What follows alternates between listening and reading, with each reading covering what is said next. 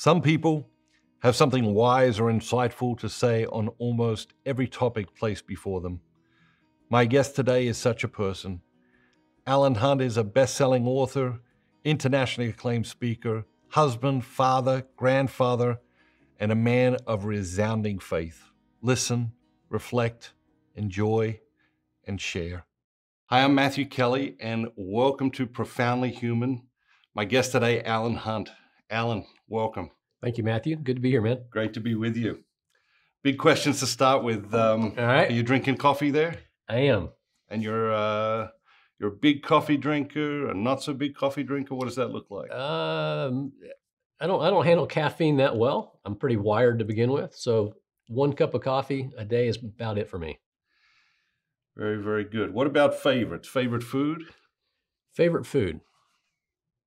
I like barbecue, like mashed potatoes, but nobody does food like Italian. What about favorite band, musician? I'm a Tom Petty guy.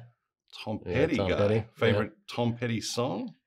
Yeah, I think Petty's life has kind of been, his career was sort of spanned the same as my lifetime. So I guess he came on the scene when I was in junior high or high school. And he obviously died a couple years ago now, but, and he's from North Florida, near Gainesville, Alachua County.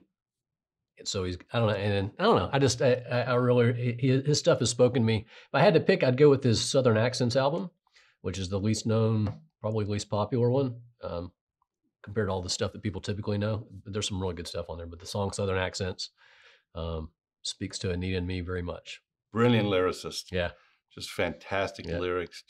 And loves music, man. He was the guy that would pull other musicians to. He was humble enough. There wasn't a lot of ego there, and he would pull other great musicians and guitarists just for the love of music to get them together. People that wouldn't even talk together. He'd get them in the studio and just really trying to promote the craft and the art of music and guitar. So really big fan.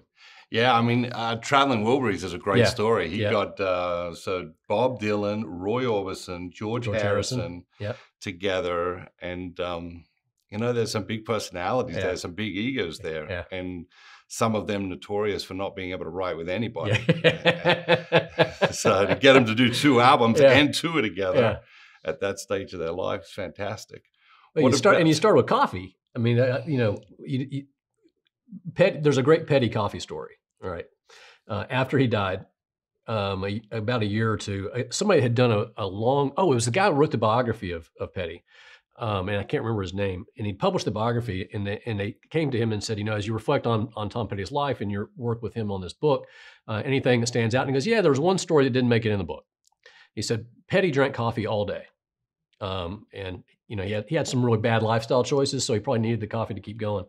And he said, and Petty was always in search of the perfect cup of coffee. And so he said, what was fascinating though is he was with somebody, I don't remember if it was somebody who was interviewing him or a musician, and they gave him a cup of coffee, and he goes,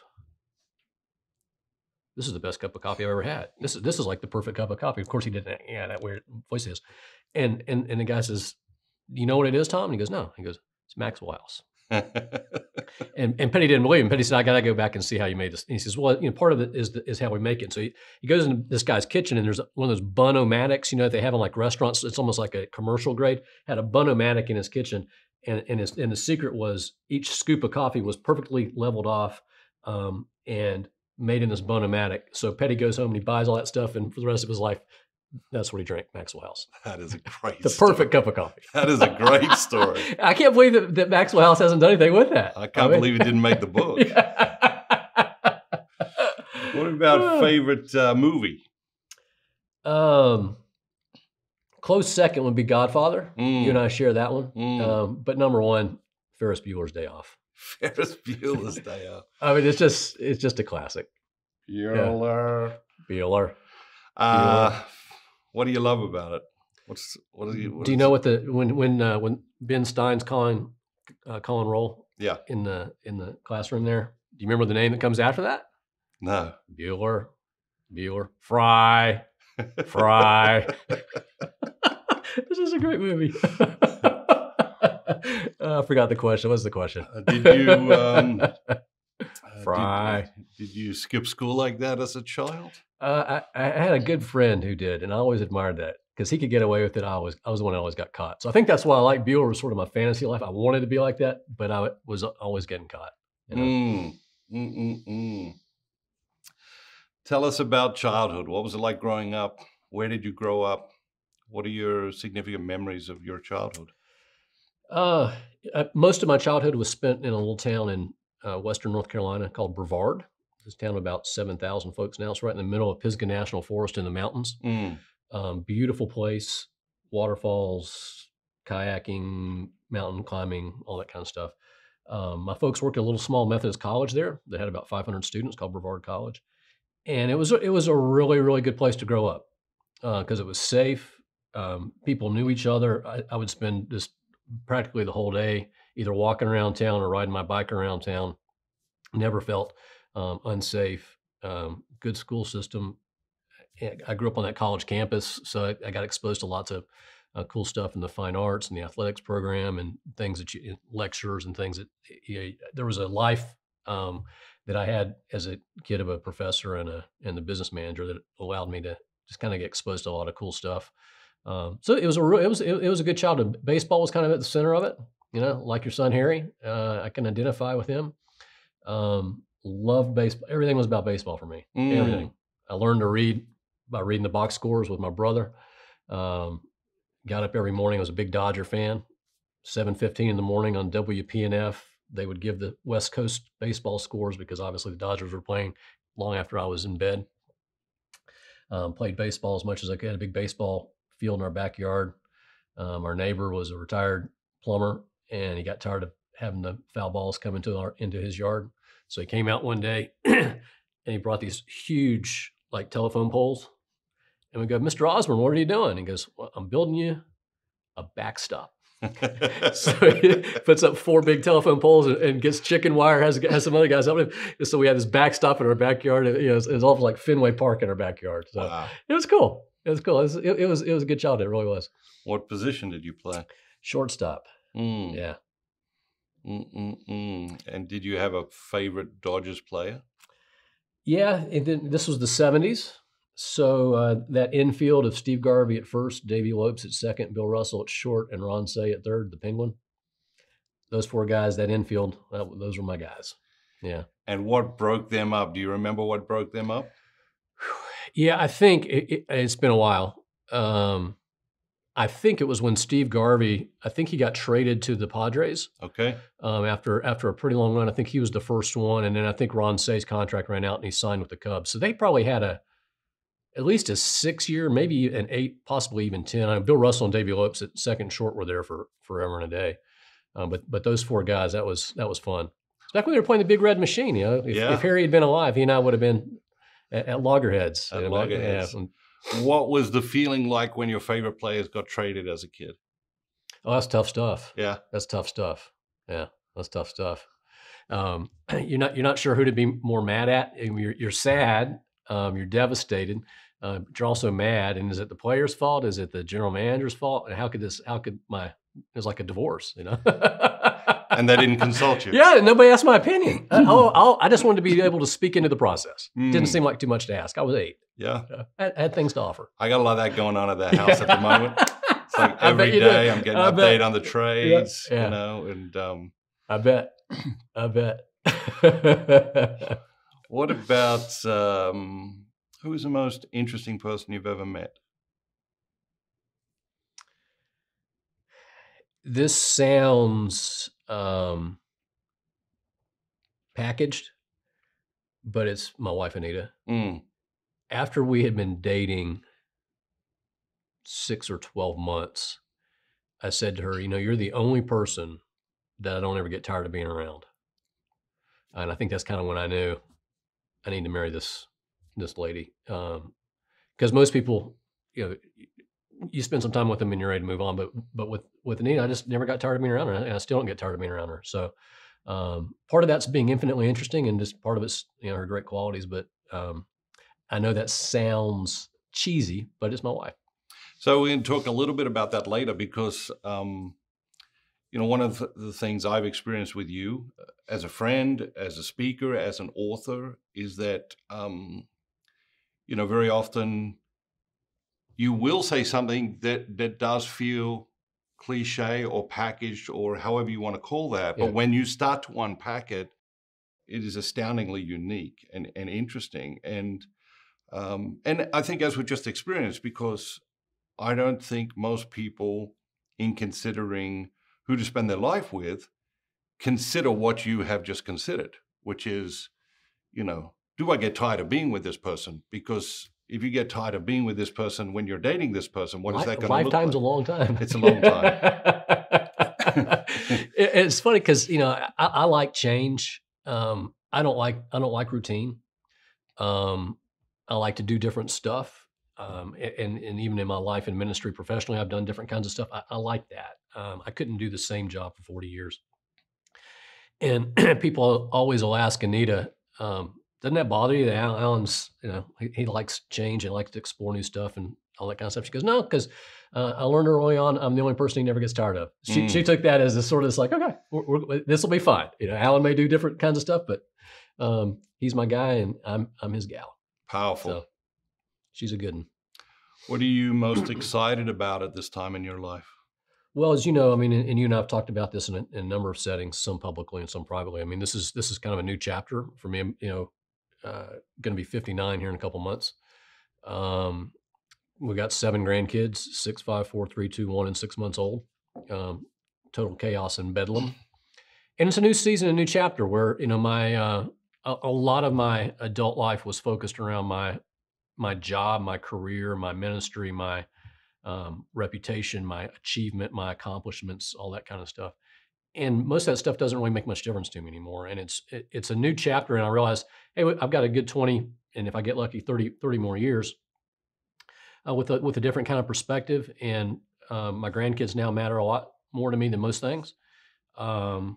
And it's a time that I kind of sort of explore some things that I never got around to in the past, things that I want to do. And because I don't have to be quite as accomplishment driven. I can be more relationship driven.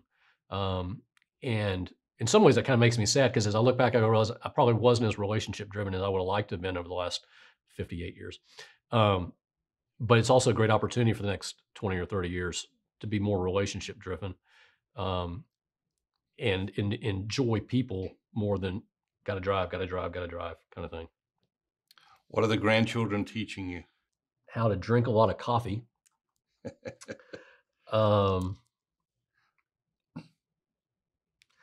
They're teaching me, I guess they're teaching me 2 things, one good and one not so good. The good thing, they're teaching me to rediscover joy in a much simpler, purer way, because there's just a lot of joy and discovery and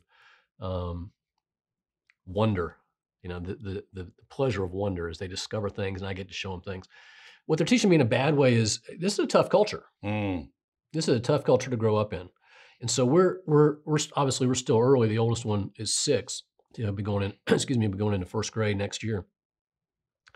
But I can see that 10-year-old, 12-year-old window out there when the world begins to change. And first of all, grandparents don't become less important. You get more interactive with sports, with music, with friends, with phones, with technology. And I know how the technological sector, the Mark Zuckerbergs of the world, are targeting those folks in a very aggressive way. And so really trying to give a lot of thought to how I can help walk alongside them, because it's a really different world than the one my kids grew up in. And it's obviously a very different world than the one that I grew up in. And so trying to kind of help prepare them for that. So that feels a little more somber than the joy and the wonder, which, when they're 3 and they're 5 and they're 7, that it's just off the charts. How would you describe yourself to someone who had never met you?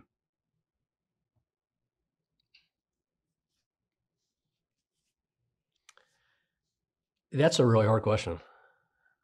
I actually don't know. I think, again, it sounds packaged and cheesy. I'm the king of Velveeta here. I think I would simply say I'm just somebody who's really trying to love God. because really at this point in my life, that's kind of who I think that's who I am. That's who I want to be anyway. And really, I don't need them to know a whole lot of other stuff about me besides that. What matters most to you at this time in your life, and how has that changed?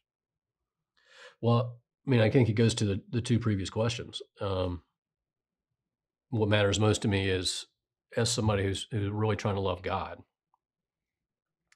and somebody who's trying to help prepare his grandchildren for a life, and somebody that realizes that my shelf life is a lot shorter than my grandkids. And the most important thing to me is my faith, and I want my grandkids to have that. So really the most important thing, and this is for Anita and me, it's not just me, really the most important thing for us is trying to pass our faith on to our grandkids and trying to have that DNA of the Catholic faith, of Jesus Christ, of the Eucharist be embedded in them. Because I really believe that if we can do that, A, we will love them well, and B, the stuff that I was just mentioning that I'm a little suspicious and skeptical about when they start hitting 10, 12, 15 and the technological world opens and everything's changing and getting bombarded with social media. And that if we can embed that now, that gives them a much higher chance of coming through all that in a healthy, whole way, rather than just getting battered by the waves of the culture. So passing on that faith and embedding it in the grandkids would be it. Really would. When you look back on your life, your faith journey, is there a moment where you say, okay, at that moment, the faith became mine?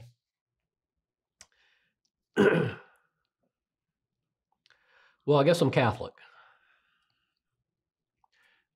Because, as a Protestant, a lot of times it's like, this is the moment. And that was never my experience. My experience was there's been a lot of moments, It reminds me of an old Methodist bishop, actually, from my old life. He said, yeah, people ask me, when were you called to preach? And he says, well, the last time was this morning.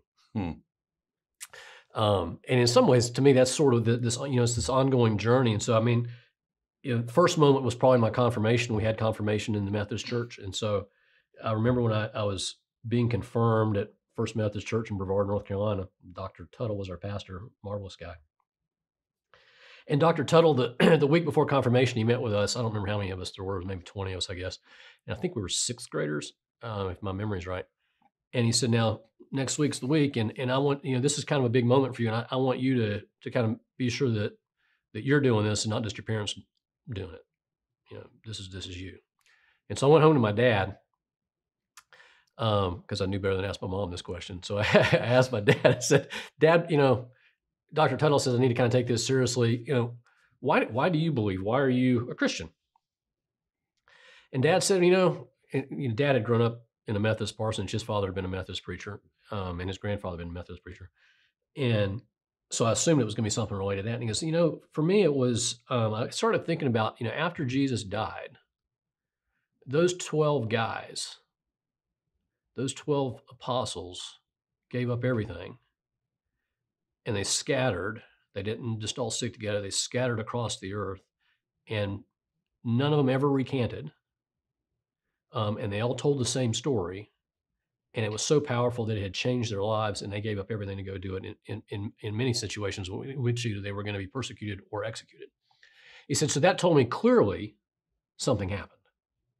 And he said, that was good enough for me. So the confirmation was a big one. Then, I got into high school. I kind of, like a lot of folks, wandered off into the other paths, and I was always a little too curious. Had too many questions. So, like, our high school youth director was an older woman. I think she was maybe 70 years old, and we had this youth group of 40 or 50 high schoolers. And I wanted to, can we go visit the Catholic Church and kind of see how they do it? Can we maybe go visit the Mormon Church? Could we maybe go to a synagogue? And she just kind of got tired of my questions. So she asked me not to come back. Said, this is probably not a good fit for you. So, I have the red badge of honor of having getting thrown out of youth group. My parents were so proud. It's like, oh my gosh. So I wandered away, and then, I got into my 20s and I started dating Anita, and we started going to church together, and I had a real reawakening then. And so that was another moment. And then there was sort of, a call to leave the business world and go into full-time ministry. So that was another moment. Um, and then when Anita and I went through a 2 or 3 period of intense suffering, that was another moment. So there's been a lot of moments when it's been a renewing of the faith really is mine.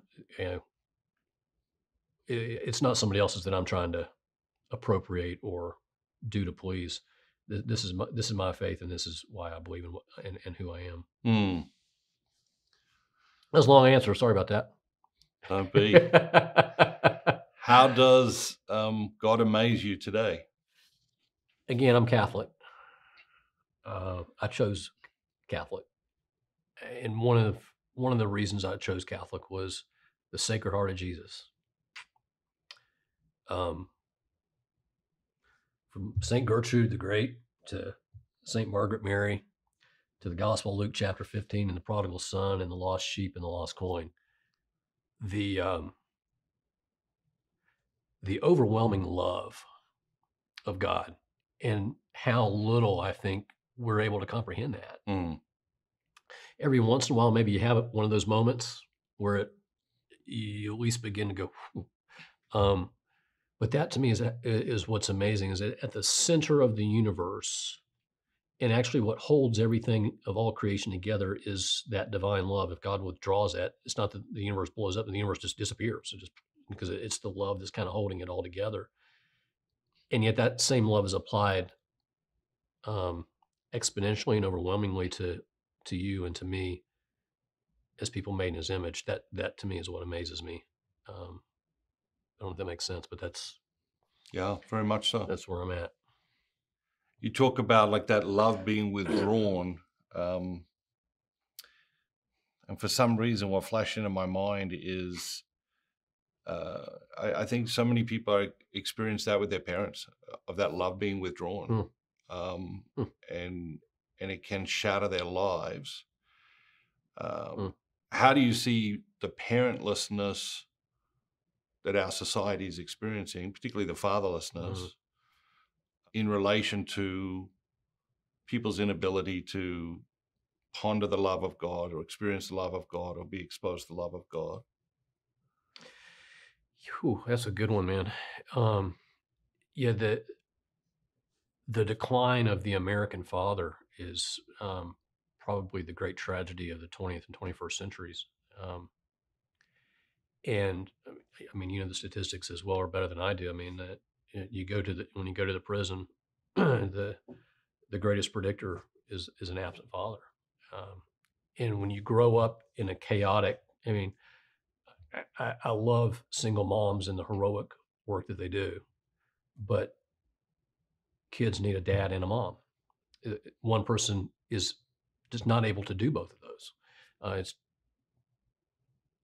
It's asking too much.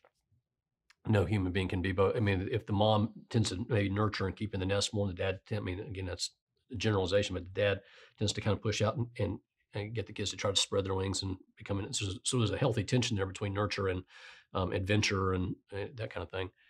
And so if you grow up in a more chaotic, less stable setting, and you've experienced part of parental love, but not all of parental love, and you're exposed to things because you don't have two engaged parents in your life, a lot of your life becomes more, you're not really able to, first of all, if you haven't really experienced love, the idea of a loving God is almost like a foreign language. And you're also having to you're facing more dangers, you're facing more hurdles in your life. And it's so your life becomes much more of a survival contest than a thriving contest. I mean, I think about something that Father Mike, our mutual friend, said in a talk. I don't even remember if I was there or if I watched it on YouTube or something. He said, the millennial generation was defined by, they kind of came to the conclusion life is hard. And the next generation, I think he calls them the I generation, is instead saying, is it worth it? There's almost like a despair. And I think a lot of that is because of that fatherlessness, and life is so challenging because economically you're disadvantaged, educationally you tend to be disadvantaged, you're exposed to more dangers. It becomes more of a survival of the fittest, Lord of the Flies kind of thing, I mean, to exaggerate a bit. But there's less stability in your life. And I think the greatest gift my dad gave me, I mean, my dad was not um, a high curb appeal kind of guy. You know, he didn't have, he hated speaking, period, let alone speaking in public. He was an accountant. He was very quiet, very reserved. Oftentimes you would never even know he was in the room. But the greatest gift he gave me was the consistency, the steadiness, the stability. I knew every single day he was going to come home from work. Yeah. Every day. At 5:30, he was going to walk through that door. He wasn't going to be drunk. He wasn't going to be angry. He wasn't going to be violent. And he wasn't going to not show up. And I didn't really appreciate that until I got to be about 18, or 17, 18 in high school and college. I started to encounter people that didn't have that kind of stability that gives you a home base that you know you can count on, because then you're able to kind of go out and explore the world and explore your own gifts and explore things for yourself, as opposed to the whole world just sort of being chaotic to you. So that gift of predictability, consistency, stability was an incredible gift that he gave me that I didn't appreciate till a lot later. When we talk about these things, and it could be this issue, it could be 20 other issues. You know, one of the things I've noticed is that people get uncomfortable, people get defensive, people get in a place if they're affected by what you're talking about right now, you know. So if there's someone watching and they are divorced and they are raising their children and maybe solo because there's an addict or whatever, it's hard for them to hear what you're saying. Totally agree. Because it has deep and sometimes heartbreaking implications for their life. How do we develop in people the maturity to be able to say, hey, my situation is broken, either through my own fault or someone else's fault, but I can still see that is the best way. Do you know what I'm talking about? I do. And I mean, it's not like an absent father is a new invention. I mean, there were a lot of dads that didn't come home from World War II. So you had a lot of women who found themselves at the end of World War II as single moms. So it doesn't mean it can't be done. It doesn't mean that it can't be done heroically and well. It means it's harder. And it means that statistically, it's going to be more challenging. The probability is not zero, but wouldn't we all prefer to go for the probability of 80, 90% positive outcome than the 50, 60% probability of positive outcome? So I think to be secure in who we are and say, this is the circumstances that I've got, whether I'm divorced or my husband was tragically killed or my husband went AWOL or what have you, or your wife for that matter, that this is the circumstances I've got and I'm going to maximize those circumstances. But my hope for my children is that they'll have this, because it's going to be, I mean, we have always wanted our children to have it better than we have. And so let me help my kids be prepared so that they'll have an easier path of this than I've had. And so their probability may be 50, 60, 70%. I want to set them up so they realize, hey, if you do this, the probability of your kids having a little better life than you've had is 80, 90%. So yeah, I mean, we have to accept life is messy. Yeah. We are broken, imperfect people. And so things happen. At the same time, it doesn't mean you say, okay, anything goes and we're going to pretend like all of these produce the same outcomes, because they don't. So let's at least aim for the bullseye and hopefully at least hit the target. Let's don't just sort of shoot the arrow and let it go wherever it goes. Yeah. You've mentioned your father, your grandfather, and your great grandfather. Right.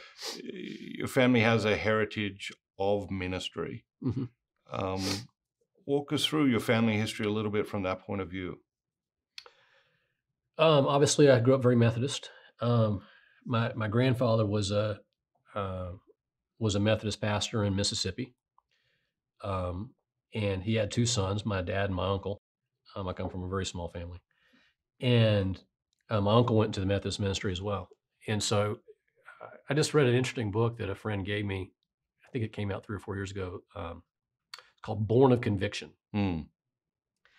And it's not, it's written by a historian, so it's a little dense. It's not spellbinding like a Ken Follett novel. But it's a great accounting of the Methodist Church in Mississippi in the early 60s during the Civil Rights Movement, when James Meredith integrated Ole Miss, first black kid to go to Ole Miss. And the state just went, nuclear. And the Methodist Church was silent, didn't say a word, institutionally, for about 6 months. And so a group of young pastors got together and they wrote a little statement that they had published actually in the New York Times and some other places. And by today's standards, I mean, the guy that wrote the book said, by today's standards, this is pretty vanilla milquetoast. But by 1960, whatever that was, 1961, 62, Mississippi standards, this was basically, it was, we're all made in the image of God. And black folk and white folk ought to be able to worship together. Mm. And that was sort of a big kind of axe right down the middle of the Methodist Church of Mississippi. So my grandfather, I'm very proud of him, was a leader, and really one of the two key leaders that's trying to kind of hold this together, but also help the church be the church, not be the white church, not be the segregated church, and to help the church become a better version of itself. So I'm proud of him for that. And the pressure was pretty high. And so my uncle and a number of young pastors, it almost became impossible for them to be able to serve churches, because the churches oftentimes had very strident segregationist leadership, and they wouldn't put, not all, I don't want to paint too broad a brush. So 20 or 30 of the young pastors, maybe even 40, had to leave Mississippi and go be elsewhere.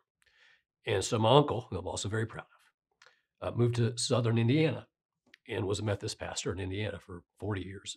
And I always remember the bishop in Indianapolis called up my uncle, Robert, and then my uncle's brother-in-law. So the two of them were both pastors. And the bishop said, I hear you got a few problems down in Mississippi. So I want you two to know I'd be glad to have you. I've got 2 pieces of land that I've wanted to start new Methodist churches on. If you'll come, I'll give you the land and you start them. And so Robert did that and planted what ultimately became the biggest Methodist church in Indiana for a long time. So I grew up in that kind of church, Methodist faith, Christian. My dad, as I said, was very, very shy. He was the older of the 2 sons, felt immense pressure to become a pastor, but would rather die than speak in front of anybody ever. I remember at our wedding, at our rehearsal dinner, he had to get up and make just a little welcoming speech and say a prayer, and he had his notes, and it was painful to watch because he was just shaking like crazy. So he was a brilliant guy. He got a Harvard MBA back in the 50s, before that was a big thing, and decided that rather than making money, he would serve the church, but not as a pastor. And so he worked at little Methodist colleges, kind of as their financial CFO, business manager kind of thing. So that's the environment or the terrarium that I grew up in. I kind of got off on that, and I forgot what the question was beyond that. Well, we're talking about the sort of like the heritage of ministry in your family, and then you come along and decide, to lay your life down for ministry. What did that feel like? What was that experience, hearing the call, and how has that evolved over time? Well, it wasn't something that I really wanted. It wasn't something that I ever really thought about growing up, as evidenced by the fact that I got thrown out of youth group. I'm not sure that's evidence of anything, but we'll see. It's evidence that I'm annoying. And so what wasn't something that I really kind of always thought that I would do. And so I really wanted to go into business. I love business, enjoy business a lot, worked in real estate development, in high school and college, and loved that. And got out and worked for a management consulting firm in Atlanta. And after I'd done that for a couple of years after college, majored in finance and history, and I was using the finance part of that. And after I'd done that for a couple of years, and Anita and I we were engaged, I had this nagging dissatisfaction in my life. I loved the job that I had. I liked the people that I worked with. I was effective at what I did. Things were fine at one level, but it just didn't satisfy me. And I just kept thinking, this is not what I was made for. Mm. And at the same time, Anita and I started going to church together. And this was the first time that I'd been in church in probably close to 10 years in any meaningful way. And the pastor there, a guy named Farrell Drummond, he was extraordinary, and took an interest in me, and I developed a friendship with him, and I started to do different kinds of leadership stuff there. And so I sort of got this spiritual reawakening going. I've got this dissatisfaction of, as much as I like this, I always thought this is what I was going to do. I don't think this is what I was made for vocationally. Getting ready to marry my bride. And one day I was in New York on a project. I spent about half my time in Manhattan and half in Atlanta. And we were down on Wall Street, and I was going with one of the partners. I was sort of the underling, and he was the main guy. And we were going into an investment bank office, a very, very, very, very nice office building right down there overlooking the Statue of Liberty and the water there. And it was pouring down rain. It was cold. I think it was maybe February, March. It was nasty New York winter stuff, especially for somebody that had gone to high school in Florida. And we get out of the cab, and we're walking in, and I was kind of full of myself. Because it was a fun role for me. I was like, I'm doing this is, and we're walking into this building, and there was a homeless man huddled on the subway grating in the pouring down rain, and the heat's coming up, which is why he's lying on the grating, and I had to step over him to get into the building. And at that moment, God spoke to a place deep inside of me. And he said, when are you going to stop serving yourself and start serving me? And so you take that nagging dissatisfaction, you take sort of this reawakening that's going on in my church and with my fiance at the time. And then in that experience. And so I came back to Atlanta from that trip, and I took Anita out to dinner. And I said, I need to tell you something, sweetie. I said, I think God's calling me to leave the business world and to go into full-time ministry. And very unlike Anita, she didn't say anything. The pistol had she just looked at me and she goes, okay. And I said, so you and I are engaged. And to be fair to you, you got engaged to a guy who was a businessman. And for me to say yes to ministry, to full-time ministry, I can't say yes for the both of us to that. I can give my yes to God. So if you want to break up, I get it, because you didn't sign up for this. And she said, why don't you take me home? And so she went home. I don't know, 2-3 days later. We went together again. She goes, okay. I didn't see this coming, but I'm in. I'm with you. So then we kind of began to. So my last day at work for the firm I was working with was on like a Monday. We got married on Saturday. We went on our honeymoon. The next weekend, we moved to a little tiny Methodist church in rural Georgia, where I was actually the pastor before I even went to seminary, and was the pastor of this little 100-member church. Marvelous, marvelous people in Carrollton, Georgia, and drove an hour to seminary at Emory every day, each way, for 3 years. And she taught school, and that's it. So you're doing the Wall Street thing, and when you walk in and tell your boss, your colleagues, hey, I'm making the shift, I'm going to go and do this, or what was their reaction? Boy, it was all over the map, man. It was all over the map. It really was. I've been really lucky in my life, and in almost every season of my life, I've been surrounded by a lot of really good people. Mm. And these were some good. In this case, it was mostly men. There was one or two women um, that I worked with in that group. One of them said, "I always thought you might do something kind of like that." And he was the guy that I respected the most. He was not somebody that went to church. He was not. He would have considered himself an atheist.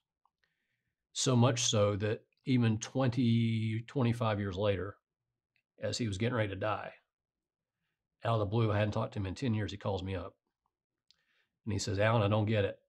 He said, "I don't see what you see.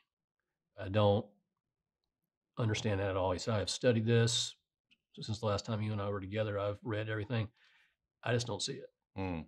But on that day when I walked in and I told him, the guy that I admired the most, he was actually relatively supportive. It was like, "I always knew there was something about you that was a little different." And one guy, who was a very devoted Southern Baptist, like, "Yeah, good for you, man. Proud of you. That's great." And others were just like, "Well, okay, I didn't see that coming, but if that's what you want to do, okay." Anyone critical? Um, at work, not overwhelmingly, no, no. What's it like to be a pastor while you're going to seminary? Talk about on the job training. The stories I could tell you. Yeah. Here's this young whippersnapper that's overconfident and thinks he can figure out just about anything. And I'm not a farm kid. I go out to a community that's all farms. Best people just fantastic people. These people were so gracious to us because I was only 25 years old, and they knew that I didn't know anything, but they saw it as part of their vocation or part of their mission to help me become somebody who did know something, who did. So they were. They didn't have to be that gracious to us. Yep. They could have just punted us. Um, and so there was a lot of trial and error. It's harder than it looks. I kind of thought I could figure some stuff out, and you do some things. You go, okay, that probably is not the best way to get at that. So it was a good experience because while I'm doing all the formal education, I'm getting immersion in sitting with people as they die. Yeah.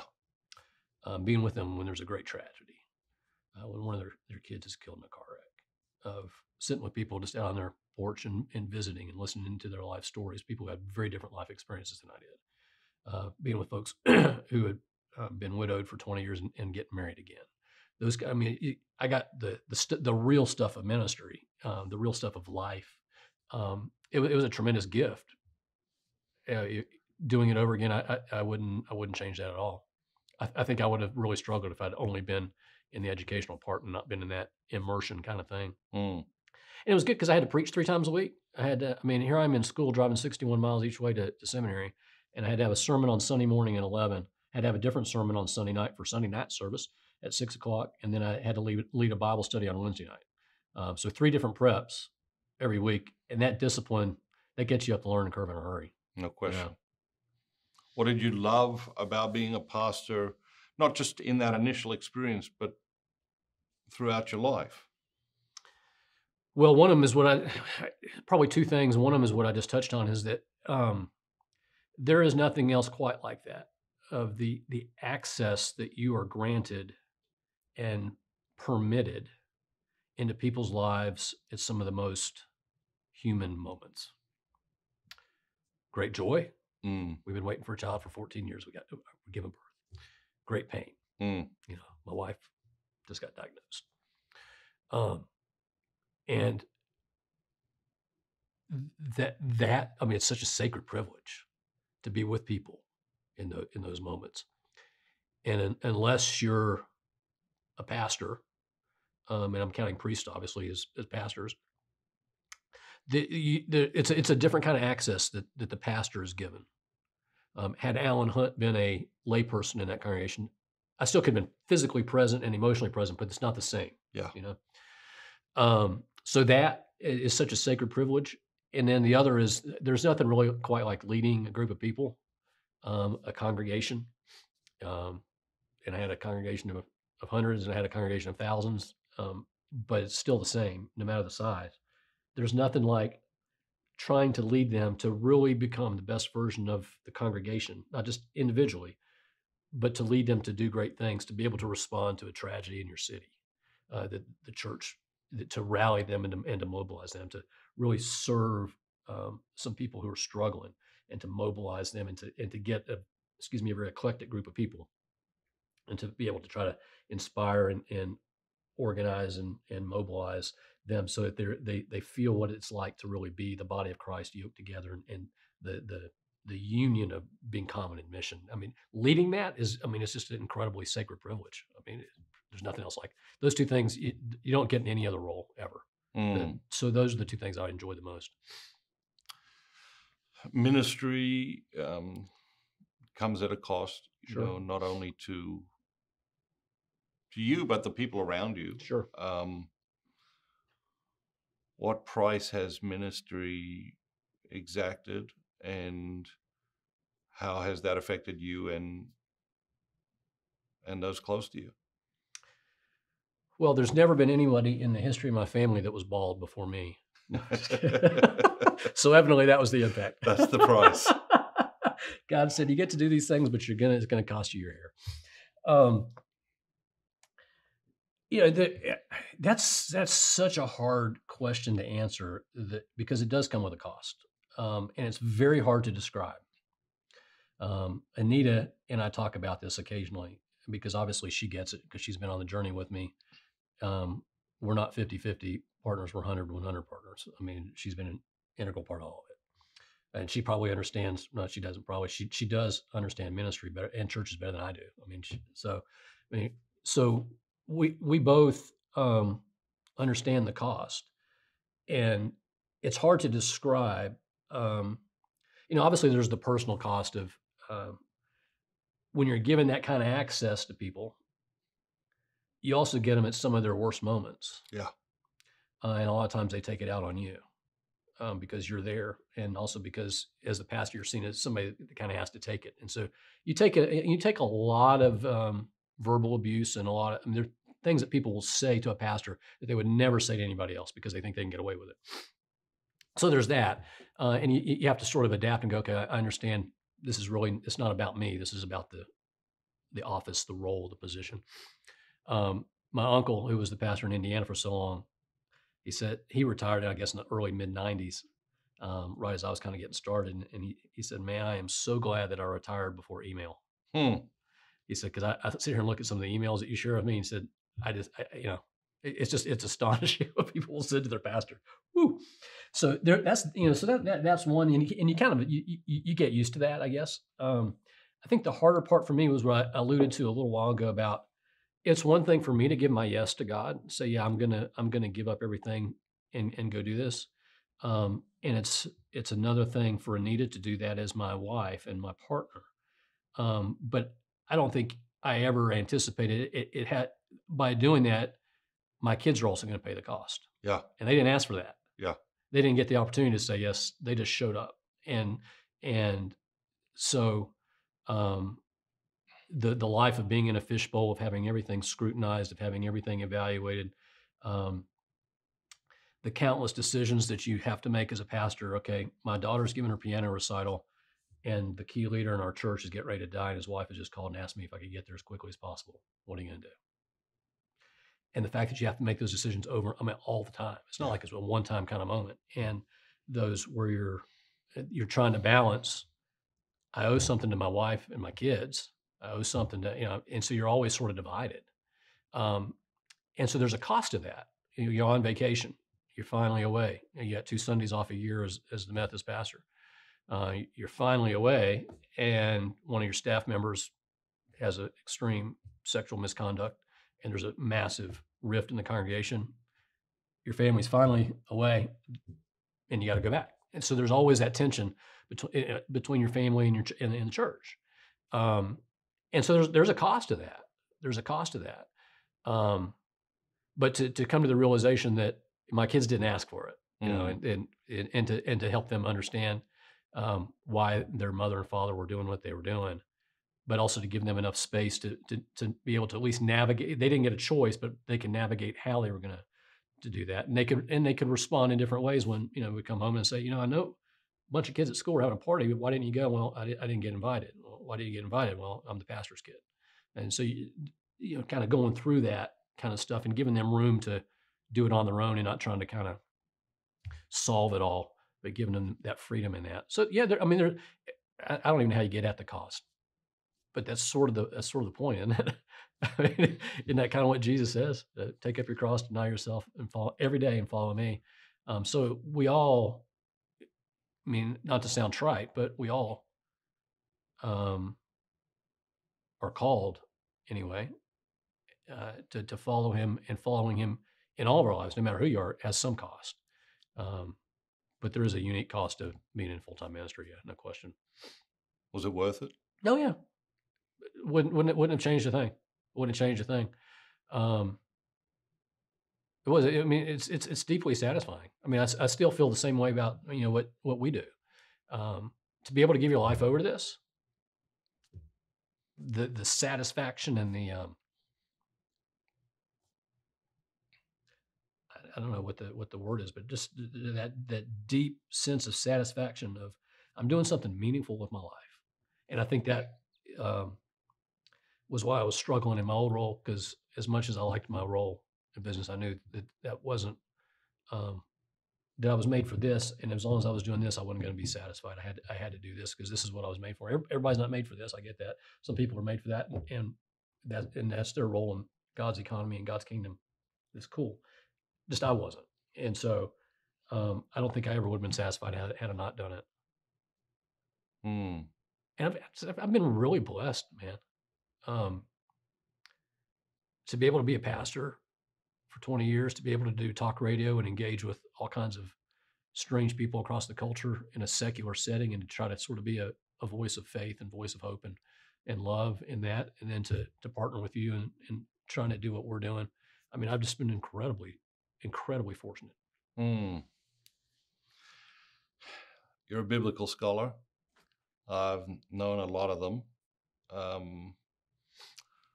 Most of them, everybody in their life knows that they're a biblical scholar.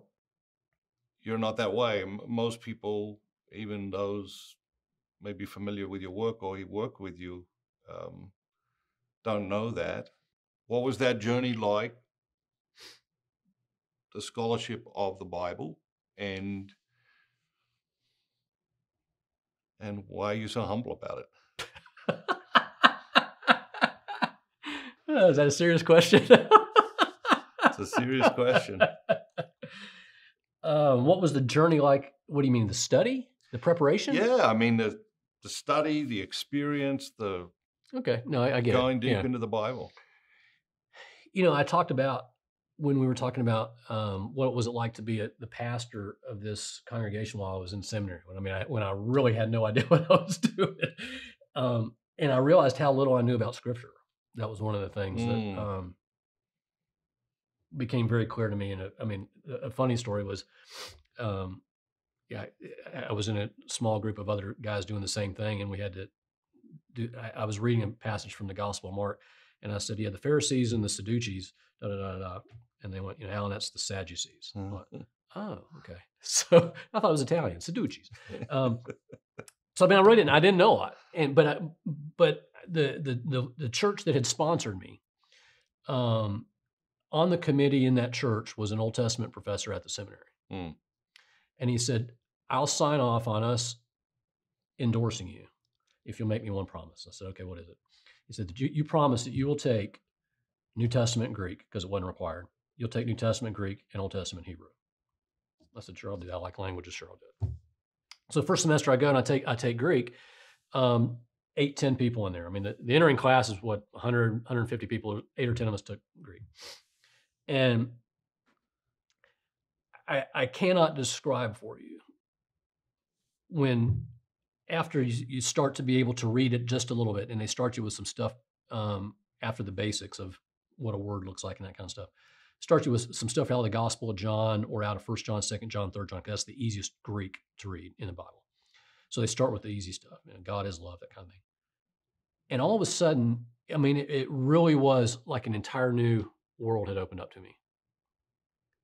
I mean, I was captivated. I was enchanted. It was like, wow, there is so much here, and I never knew it. And it's almost inexhaustible. So I very quickly kind of I had a preaching professor who was just extraordinary, and I remember him mentioning one day in class. He said, "You know, I went and I got a PhD in New Testament because I figured it'd probably be good if I knew what I was talking about," Hmm. and that made sense to me. So I started kind of working my way toward that, and I had a couple of professors that um, had good connections, and they helped me get into Yale when I finished at Emory to go to do this PhD in New Testament and ancient Christian history. And that was such an extraordinary privilege. It was a life changer. I mean, I wouldn't be Catholic if I had done that, because there were a Jesuit, a Dominican, a Presbyterian, and me, and I was easily the weakest of the four in preparation. It wasn't even close. I mean, 4 years prior, I'd been saying Seduces. So I I didn't know. I mean, yeah. Compared to them, they were scholars. I've always seen myself more as a missionary evangelist. The Am I a Bible scholar? I have the credentials, and I can do that, but that's not really my calling. My calling is to apply that to help other people discover what I began to discover as this world was opened up to me. So I see myself more as a missionary evangelist where I go where God tells me to go, and evangelist share good news, share faith, open love. And so the biblical scholarship for me was not so much for me to remain a biblical scholar, but to use that in doing this. So most of my classmates and colleagues are all now very highly regarded biblical scholars in all kinds of places, Jesuit School of Theology, Dominican House of Studies, et cetera, um, the Biblicum in Rome. But for me, it was more, I really think looking back, it was more almost in preparation for God to put you and me together to do what we're doing. And that allows me to bring something that oftentimes is ignored. There's just a lot of scripture to be, and so it helps me in doing that. I mean, it sounds sort of, it helps me, but um, so it was wonderful. It was the hardest thing I ever did, going and doing that graduate program. It was the first time in my entire life that I was the weakest student in the class. Very humiliating, very humbling. It got the same root word there, humiliating and humbling. Humiliation sometimes, if you let it, leads to humility. So if there is any humility, and I think we're all pretty poor judges of our own humility, but if you say there's a little, that I have a little, I'll take that. And I'll say it's probably because part of it is because I recognize that the other people who were there were truly biblical scholars, and I was trying to get the same kind of education to use in a different way. So I brought sort of a different brain and skill set or gift set than they did, and that was it was actually good for my soul to not to have to struggle a lot. It was a struggle. It was a struggle. And that was that's easily the hardest struggle that I've ever encountered. Always remember who you are is a phrase that I've heard you use powerfully. What does that mean, and why does it matter? Well, folks who've been to some of my speaking engagements are familiar with that story. That when I was in second grade, my parents came and picked me up from school, and my brother, who's 6 years older than I, so he was in eighth grade, they put us in the car and we drove over the mountain from the town that we were in to the next town, Waynesville. And we got out of the car, and Dad took my brother and me by the hand and knocked on the door, and an elderly woman opened the door, and she was just exhausted. And my dad said, "Is he ready?" She said, "Yeah, he's ready." So she and my mom went into the kitchen, and my dad took my brother and me, and he walked down the hall to the second door on the right. And we went into this bedroom, and there was a elderly man lying on a little single twin bed. And my dad dropped our hands, and my dad turned and walked out the door. And so it was just my brother and me. And this elderly gentleman, he used to be 6 feet tall, square jaw, big voice, 180 pounds, but at this point he's about 120 pounds and just was emaciated from cancer. And he looked at us and he said, "Boys, I want you to write something down. And we said, yes, sir. And he said, have you got a pencil and paper? And we went, no. And so we started looking around and we found, pencil and paper. He said, you got something to write down? And we said, yes, sir. Yes, sir. And he said, because I want you to write something down. We said, yes, sir. He said, because what I'm about to tell you, I want you to write it down. We said, we get that. Okay. So he pushed himself up and he looked at us and he said, always remember who you are. And so I wrote it down. And I didn't bring it with me today. It's in my Bible that I take with me everywhere that I go when I go speak. I have it in my Bible because those were the last words that my grandfather ever said to me. The one that I described earlier. And I don't think that he meant remember that you're my grandson. He might have. I don't think that he meant remember that you're a hunt. I think what he was trying to communicate is, you're a child of God. You're a child of the great King. Remember that, because that's going to hold you through. And so that stayed with me, which is why I carry it with me everywhere I go when I speak. Yeah. So fast forward through, your many experiences as a pastor,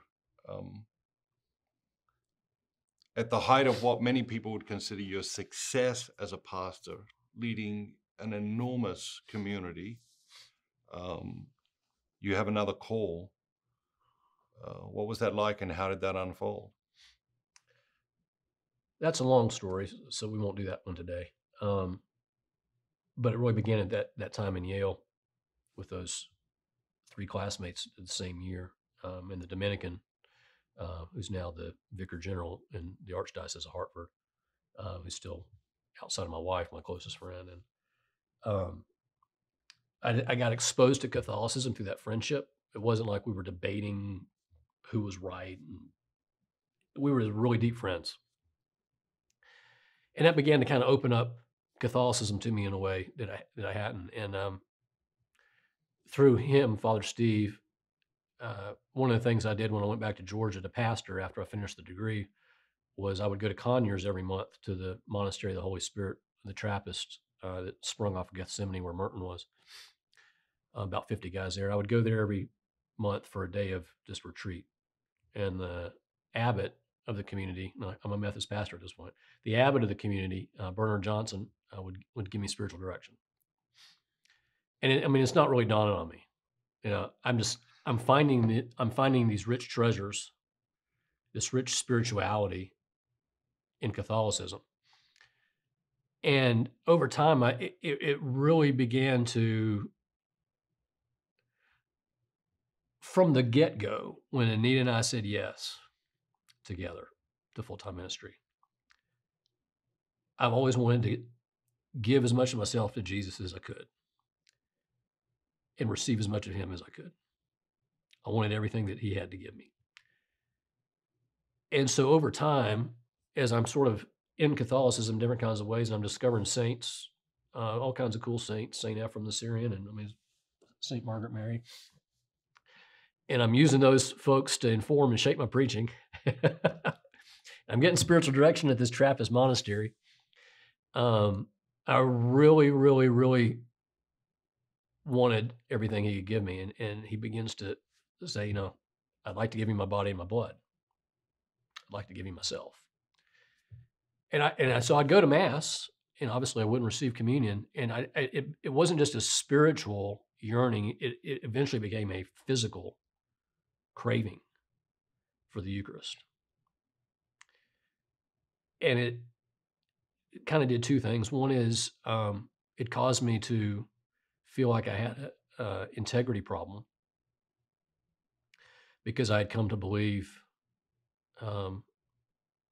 Chesterton said that he became Catholic.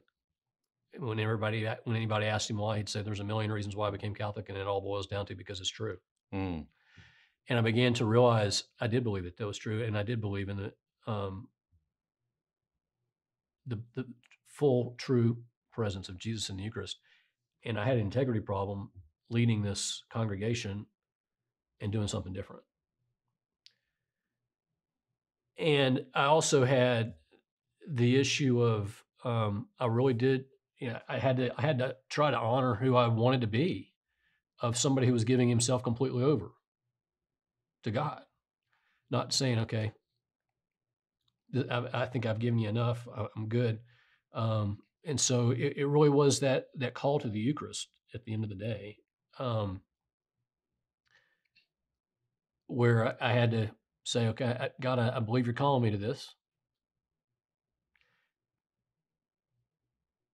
Not quite sure what to do with that, but I trust you. And it really was, I mean, leaving business to go into full-time ministry, there was some faith involved in that, but I kind of knew what that was going to involve because I'd grown up around ministers. But this was more like stepping through a black curtain into total darkness and just hoping that God was on the other side. But I knew I had to do it because if I was going to be obedient and have any integrity, I had to do it. So I did it. And I wouldn't trade it for anything. But I mean, wouldn't trade it for anything. There's a lot of pieces here. You know, you've got growing up in Florida, you got Tom Petty, you've got Yale, you've got pastoring a church. Don't forget the Dodger shortstop. Don't forget that. You've got the Dodgers. You've got. Is the string that ties it all together, or one of the themes that ties it all together, is it this missionary evangelist thing and just being open to going, doing, being whatever it is God is calling you to? Yeah, I mean, like I said, I don't like routine, and I always have a little bit of restlessness about me that Anita doesn't have, so she balances me out really well. And we moved a number of times when I was a kid, and so I kind of got used to that.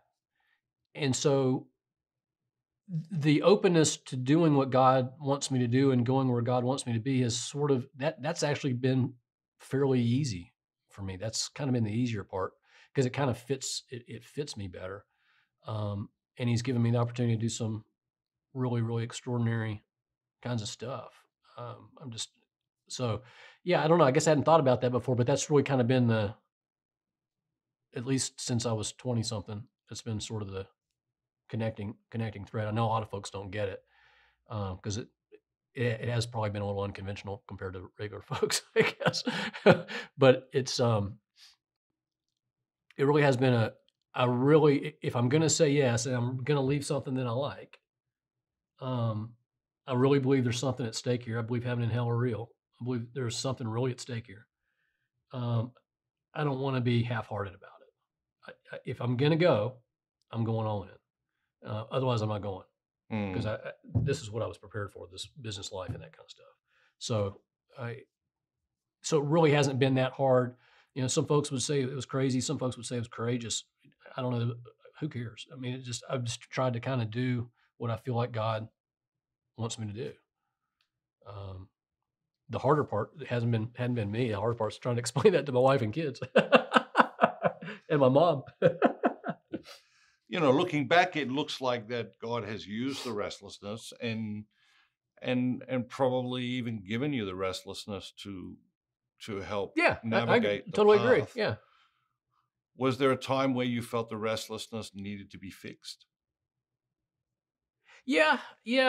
I think I still have moments like that where a lot of people in my life, I don't know if a lot of people in life are like this or if it's just people around me, a lot of them, not all, have lived in the same place and do the same thing. They've had the same job for a long time, whether they've changed companies or, you know, whether they were an electrician for different people, whether they were still always an electrician or whether they went to the same insurance agency every single day for 40, 50 years like my father-in-law did. I could never do that.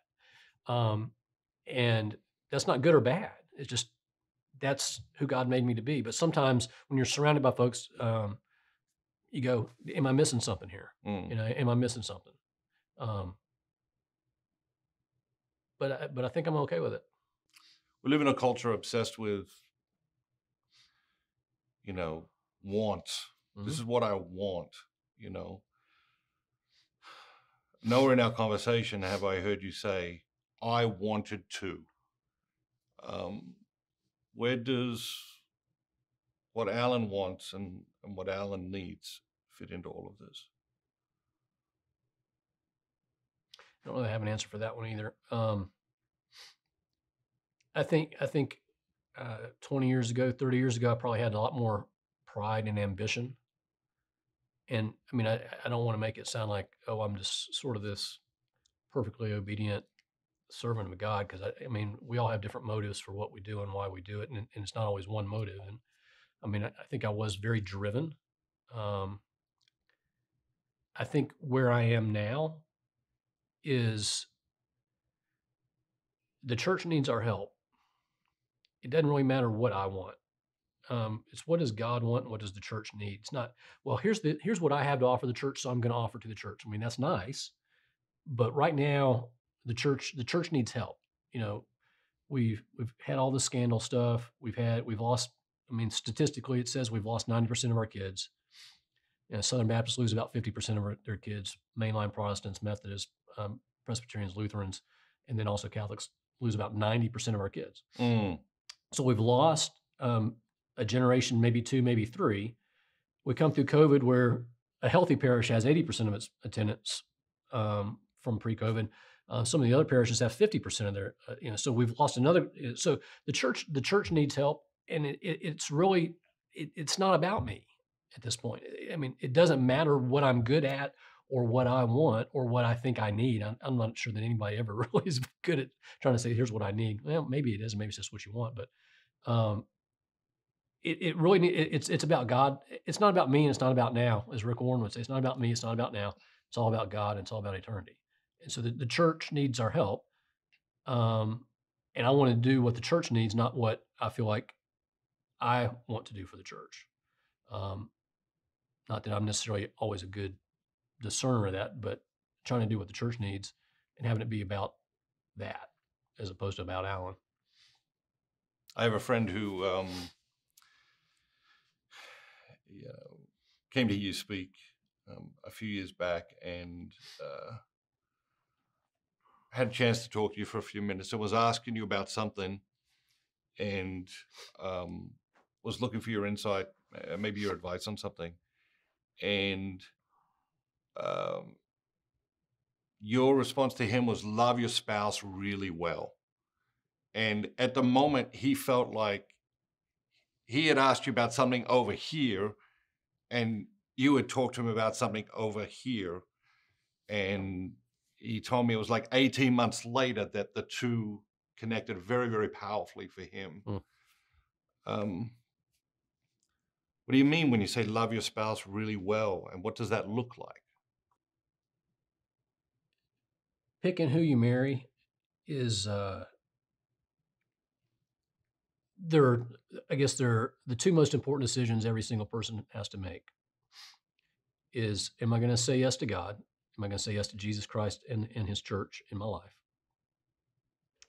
And then, assuming that you're not called to a religious life or a single life, who am I going to marry? There is no other decision in your life anywhere near those two in terms of gravity and importance. Because when you choose who you marry, forever's a long time. We talked about this earlier. Forever's a long time. And when I do marriage events, marriage is really powerful for two reasons. One is because it's deeply intimate. You're together at all kinds of moments of your life. I mean, you see each other at your best, at your worst. When you're showering, when you're taking a nap, when you're cutting the grass. I mean, it's just, it's intimate. You learn things about each other. When you like to clip your fingernails and how often you like to wash your hair. I mean, you learn intimate stuff. But it's also every day.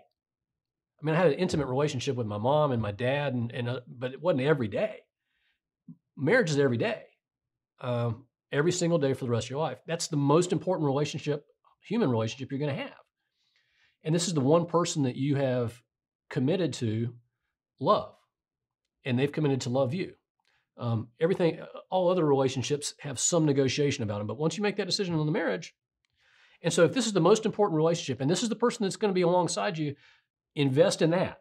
If you can only invest in one relationship, invest in that one relationship, because that decision in that relationship is going to impact every single other aspect of your life, including every other relationship that you have. Even with people who don't know your spouse, it's going to impact them. If you're coming in emotionally wounded, emotionally exhausted, what have you, it impacts all those other relationships. And so I say invest in your relationship. I mean, it's easy to get distracted by your kids, by your bills, by your career, all of which are good things. But if you're not careful, you wake up 20 years down the road, and you and I are seeing this a lot in a lot of conversations we have with folks, and you look over at your spouse and you go, now, who are you again? Because you don't realize that for a long time you were just slowly being invested in other stuff until all of a sudden you crossed the point of no return. It's like, what do we got here now? Because we haven't invested along the way. So if you can only invest in one relationship, because it's every day, and it's going to influence every other aspect of your life, and it's going to deeply influence whether you're happy, joyful, and peaceful. So to me, it's self-evident, but our culture has become so confused about marriage in general and what it's supposed to be about. It's just about me being happy. And there's a lot more going on in a marriage than just two people trying to make each other happy. What about when it comes to raising kids? I've heard you say, raise your kids knowing who they are. What do you mean by that? Well, you go back to what my grandfather said, always remember who you are. And you go back to what we talked about earlier with my grandkids and this toxic culture that we're throwing our kids into the deep end of. Faith is caught more than taught. And the greatest predictor for your kid's spiritual life is your spiritual life as a parent. And in Alan Hunt's opinion, the greatest responsibility you have as a parent is to help your kid have that faith life, to remember who they are. You are made in the image of God, sweetheart. You belong to him. You're the child of a great king. He has great things in store for you. He desires you to be the best version of yourself. He has big hopes. He wants what's best for you. He loves you unconditionally, to help them understand at the core who they are. Because then all this other stuff, you can't get rid of it. You can't erase all these other things, but you can prepare them. You know, the saying that we always like to use with each other: prepare your child for the road. Don't try to prepare the road for your child. And so helping them know who they are, made in that image of God, that they're a child of God, it's a game changer. And the greatest likelihood of your kid getting that, it's not going to come from sending them to Catholic school. It's not going to come from their best friend. It's not going to come from their aunt and their uncle. It's going to come from mom and dad. All those other ones have help, influence, they matter. But the greatest likelihood is from mom and dad. Job one. Starting to preach now, man. Getting me warmed up. That's good. Coming out of the bullpen. You've helped tons of parents and grandparents do just what you're describing in many ways throughout your life and ministry. In the past decade, you've written a number of books. Do you have a favorite? I do. Would you like to know what it is? We would. You would. I'm not sure anybody else does. Actually, it's the book you and I are putting out as we speak. No Regrets. Maybe it's because it's the most recent, and so you tend to fall in love with whatever project that you're working on. But one of the ways that you've helped me is before you and I met, I'd spent 30 years or 25 years developing, being as good of a speaker as I could be.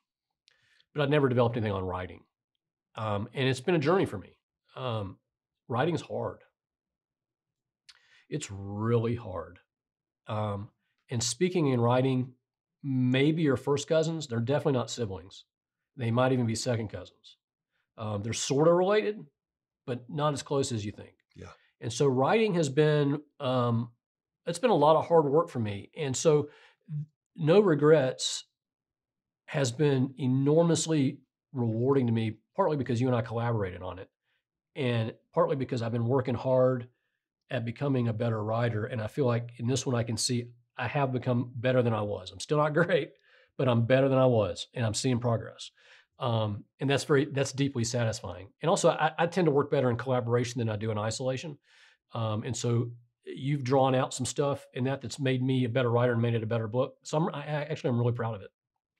Yeah, I'm excited to have people experience that. Yeah, the book's about the fourth quarter Mhm. of life. We hear a lot in our culture about midlife crisis. We hear a lot about the first half, the second half of life. Um, I think there is something unique about this in that it does deal with the fourth quarter. Um, what has surprised you, or what have you learned about the fourth quarter through this process that has surprised you, or that you're most excited for people to discover? Well, you know me, I've always got two answers. I can never give you one.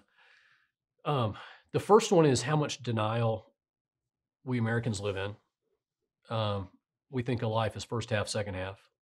And how many people who are 60 years old say, "Yeah, I'm entering the second half of life," and go, "You didn't major in math, did you?"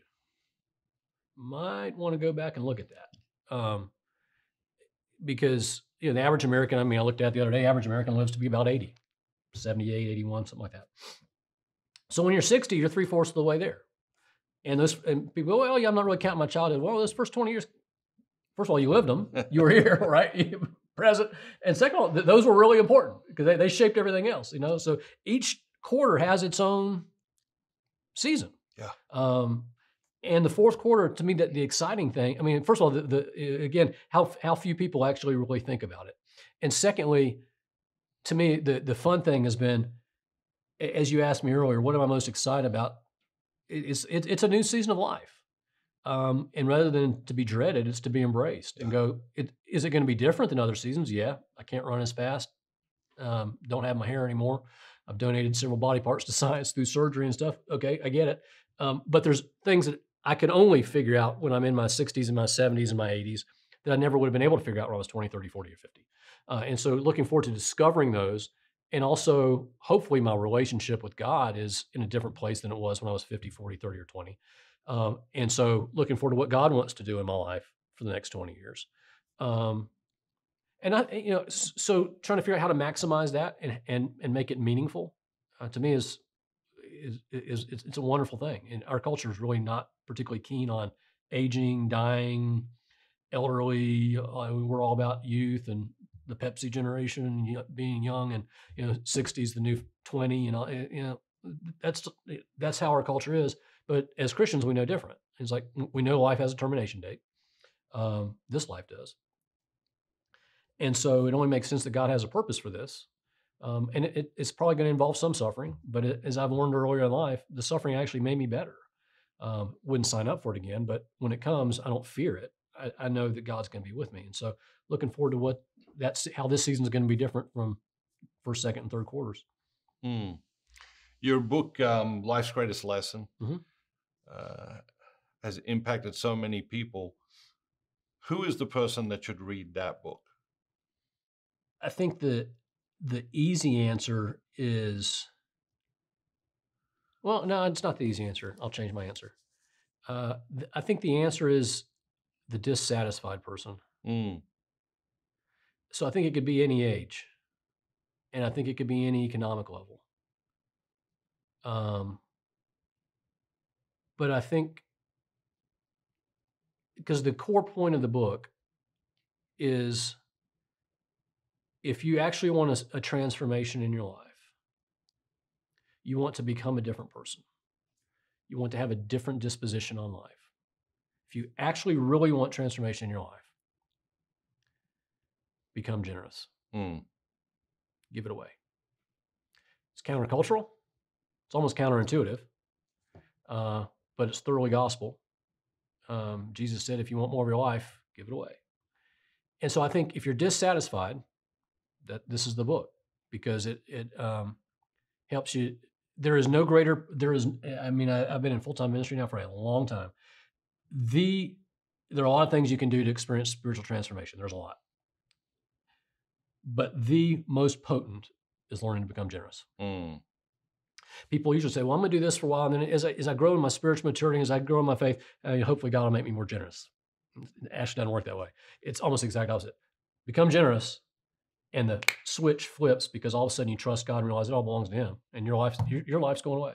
And guess what? Everything that you have is going back in the box, and it's going to somebody else.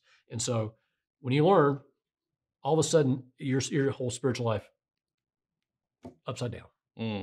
Transformation. Speaking of countercultural, um, your book "Everybody Needs to Forgive Somebody" uh, has helped so many people overcome what is, I think, a significant hurdle in their lives, in their journeys, in their relationships. Um,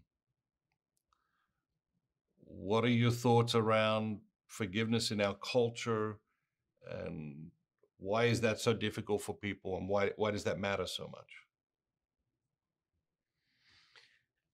That book has surprised me because I really wrote it for myself. Uh, I'm not a naturally very good forgiver at all.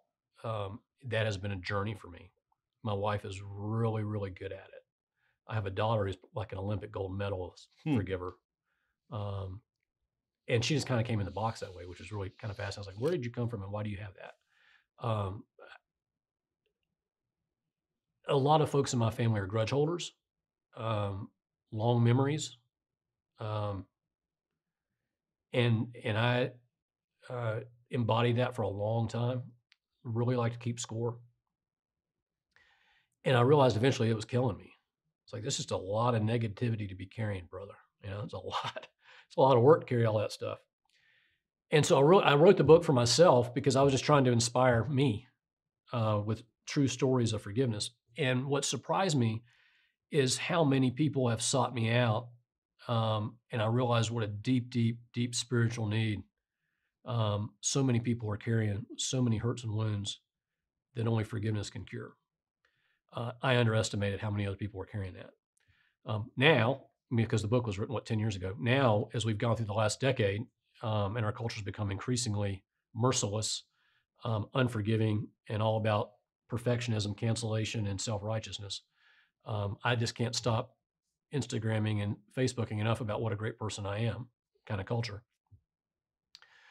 Um, we need that more than ever. And I think that's part of the reason our culture's struggling so much is because we have we don't really believe anymore that people can change. Hmm. We think you're either good or you're bad. If you agree with me, you're probably good. And if you disagree with me, you're probably bad. And you're irredeemable. So you don't have the capacity to change morally. And I think a lot of that's because of the diminishing influence of the church, the diminishing religiosity of our culture, the secularization. I think there's a turning to more of a human. I mean, humans are not naturally grace filled.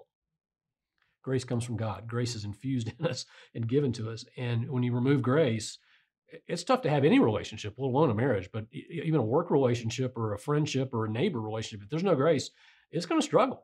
You know. What's attractive to canceling people? What is satisfying to human beings?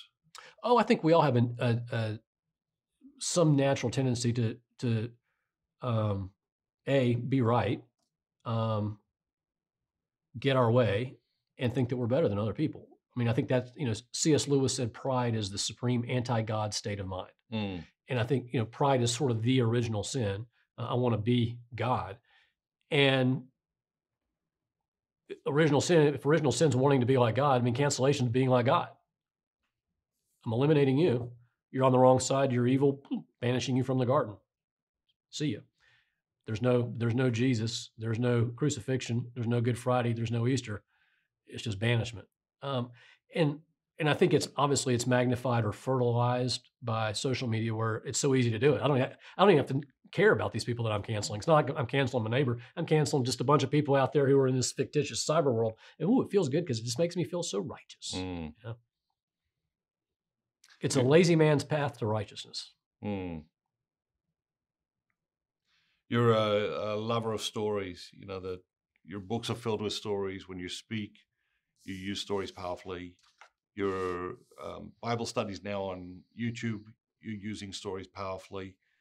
Um, what do stories mean to you? Why are they so important to the way you communicate with people? Um, I like to tell folks stories don't illustrate the point. Stories are the point. Mm. Um, my hunch is I don't have the data, but if I had the data, I'm pretty sure I know how it would turn out. If you ask people, what's the one teaching of Jesus that you remember? They would either say the parable of the Good Samaritan, the parable of the sower and the seed, or the parable of the prodigal son. All stories. Yeah.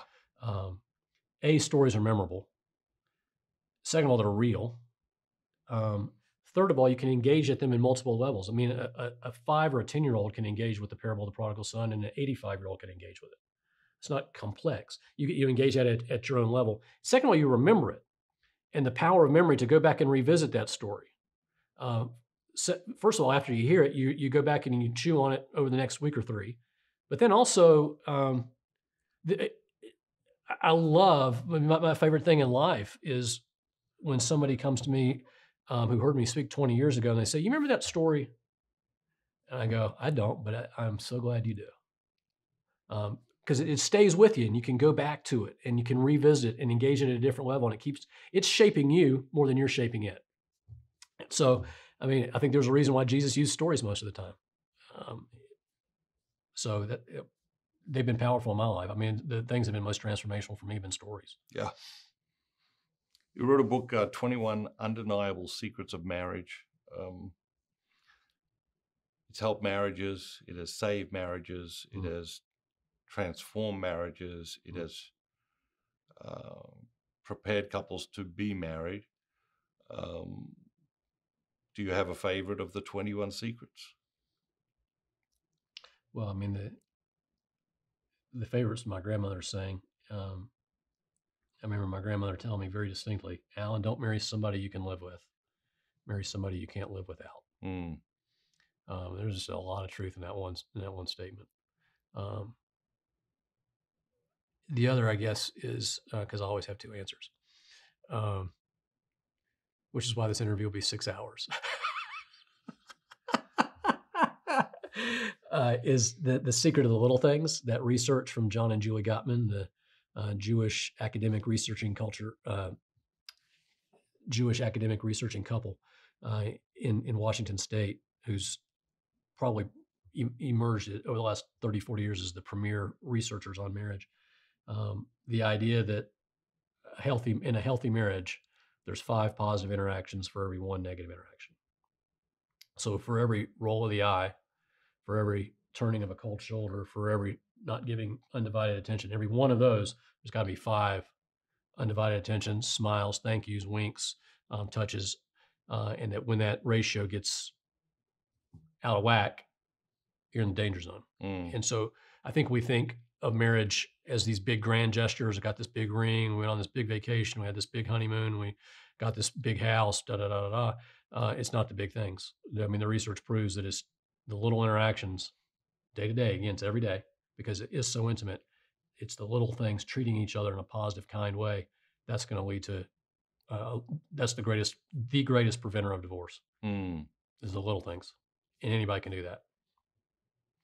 A week doesn't pass without someone emailing me, speaking to me, sharing with me that they're thinking of getting divorced. What advice would you have for that person? Take a deep breath. To quote one of your books, take the long view. Dream about who you want to be. Dream about what you want your life to look like. Don't react in the moment.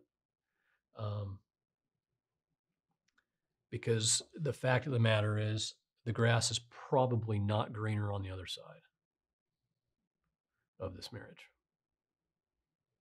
That's hard for people to hear. Because I think we have this endless hope springs eternal. I messed up this one, but I'm gonna go find a better one. There's a reason why the divorce rate for first marriages is 50%, for second marriages is 70%, and for third marriages is 90%. So your greatest likelihood is to figure out, how can I make this work? So not telling you have to stay married, just saying take a deep breath and dream a little bit about not only who you are, but what you want your life to look like. There's no rush. That's what I tell them. Are there exceptions? Are there of course, scenarios that in that conversation someone has to be mindful of? Absolutely. Yeah, I mean, absolutely. I mean, if you're in a situation where you are being severely abused, or if you're in a situation where there is um, routine casual adultery, those kinds of things. Yeah, we got to take a hard look at this. But the bulk of American divorces don't fit into those two categories. Those are very real categories. Not disputing that at all. But Americans, we have so, I mean, that's part of the reason why we're seeing such a low marriage rate among 20 somethings and 30 somethings now, is because we've so watered down what marriage actually looks like. It no longer really seems possible or appealing to people who are now of marrying age. So they're marrying at an increasingly low rate um, because they're not seeing sort of lifelong, selfless, giving, sacrificial love. They're seeing kind of transactional. I'm not happy anymore. And and that's part of the reason why we're seeing a skyrocketing divorce rate among baby boomers, for heaven's sake. I mean, I'm the youngest age of baby boomers, so 1946 to 64. So people between 78 years old and 59 years old, skyrocketing divorce rates. I mean, somehow we've lost. I mean, to me, I hope anyway that what we believe is that should be the richest harvest season for the marriage, not the season of I just can't stand you anymore. I sucked it up as long as I could. I mean, to me, that's just the painful tragedy of that. Is there a connection between that and the denial of the fourth quarter reality, do you think? Yeah, that's a great point. Because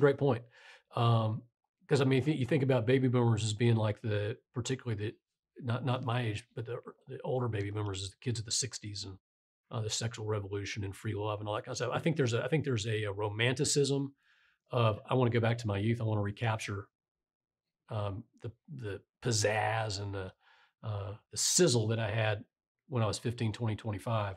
And I'm not feeling it anymore in this marriage that's been around for 30 or 40 years. So I'm going to go reinvent that. And more often than not, people find what they find is they can't reinvent it, and they're increasingly lonely and they're increasingly broke because instead of supporting one household, they're now supporting two on the same amount of money. So they've gone into more poverty, more loneliness, and more despair because they sold this false dream. One of your most successful books is Dreams for Your Grandchild or Grandchildren. Dreams for Your Grandchild. How is God's view of being a grandparent different to the world's view of being a grandparent? It's funny to me because the grandparent role in our culture has almost been lost. It's really kind of it's sad in a way because grandparents can be the unconditional, positive love, encouragement in a grandkid's life. But as families have scattered and moved to where I got relatives in Utah and Maine and South Florida and Mississippi, the physical connection to grandparents has diminished, and it's also diminished by our later birth age now. I mean, so parents now are older than they were 20 and 40 years ago when they're having kids, and so the grandparents are by necessity, by definition, older, and so there's less youthfulness to be able to share. And so I think that's a real loss. I really do, because I think I had a good relationship with my grandparents, and my wife Anita had an extraordinary relationship with her grandparents, and I see the difference there, and I saw the difference in the kids that I grew up with who had their grandparents more active in their lives because that geographic proximity. It's a bigger nest of love, and I think it's a bigger nest of stability, and it's a bigger nest of self-confidence.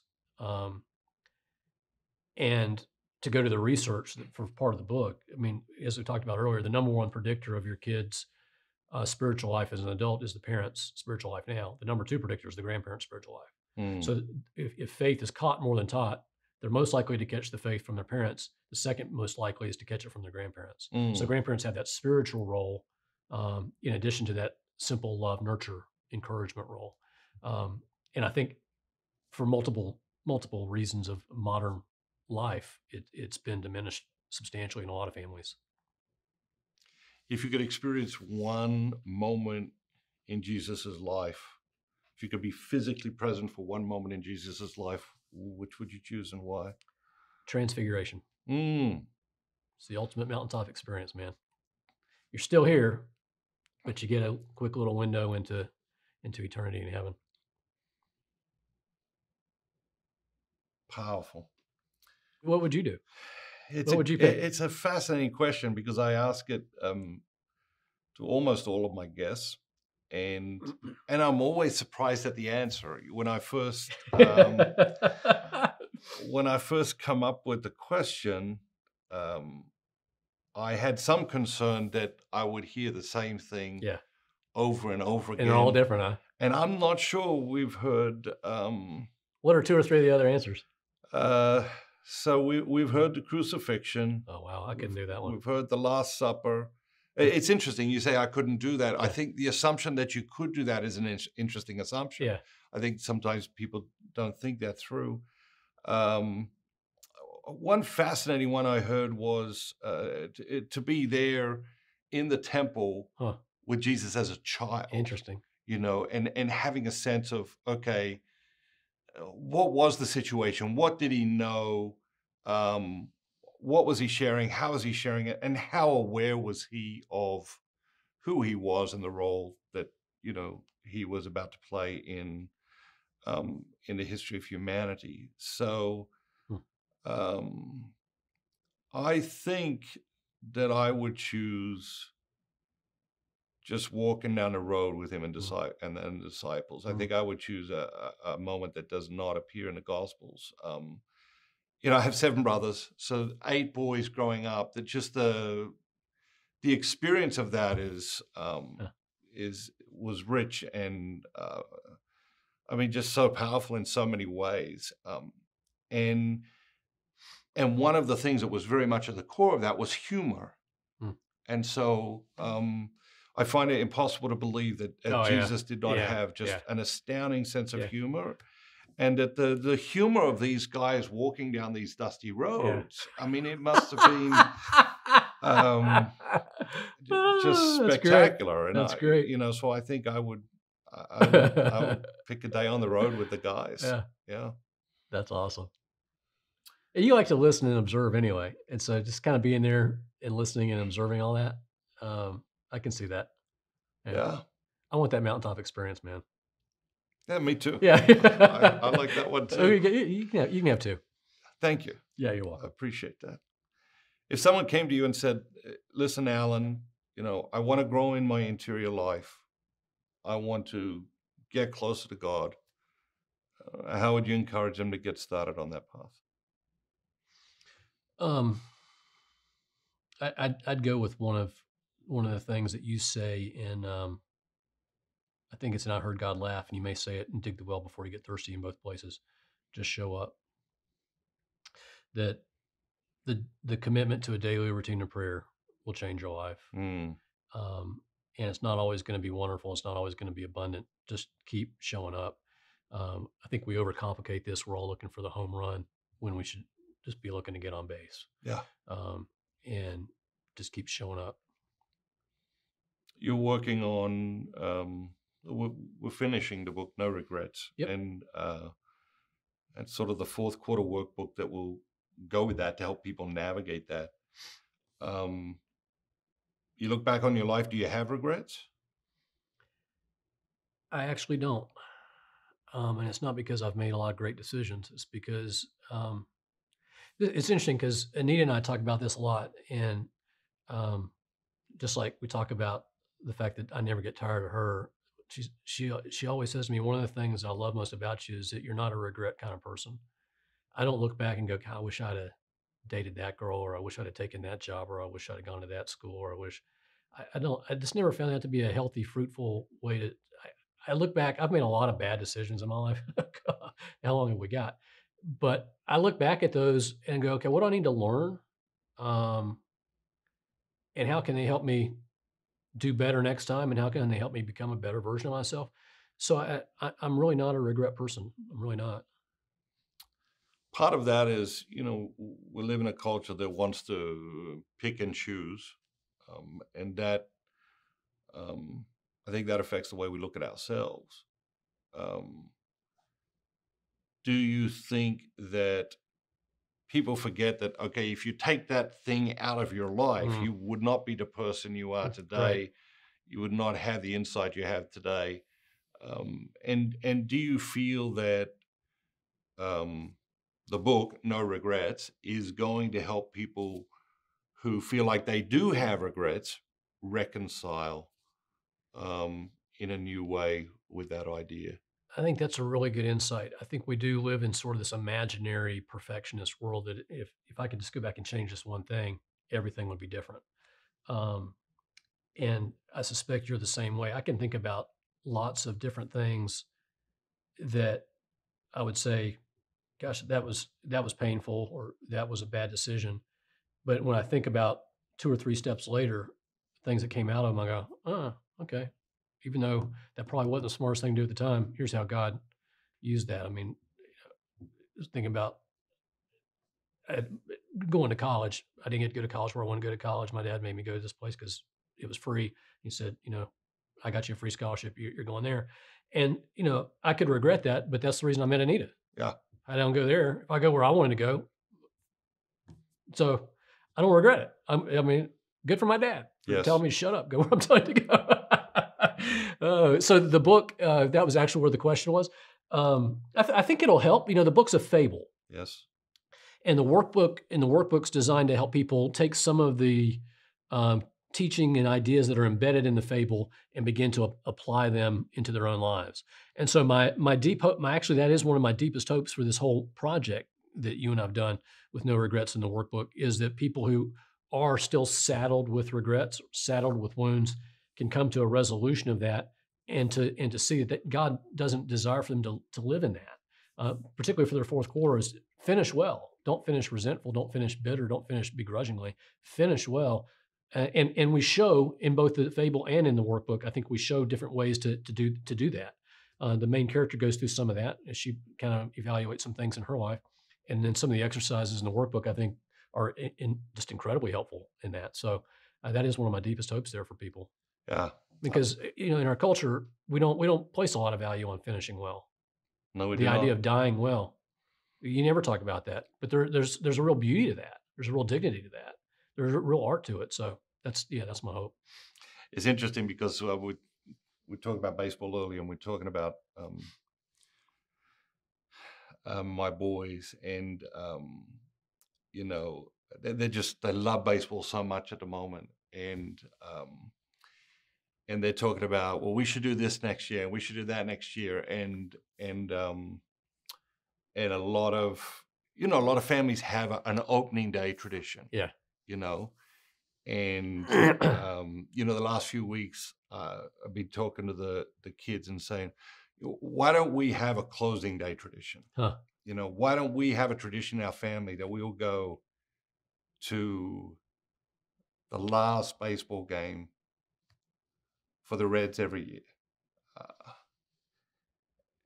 And the boys are like, oh, that's why. Yeah. And just so many lessons around that, because it's easy to go on opening day.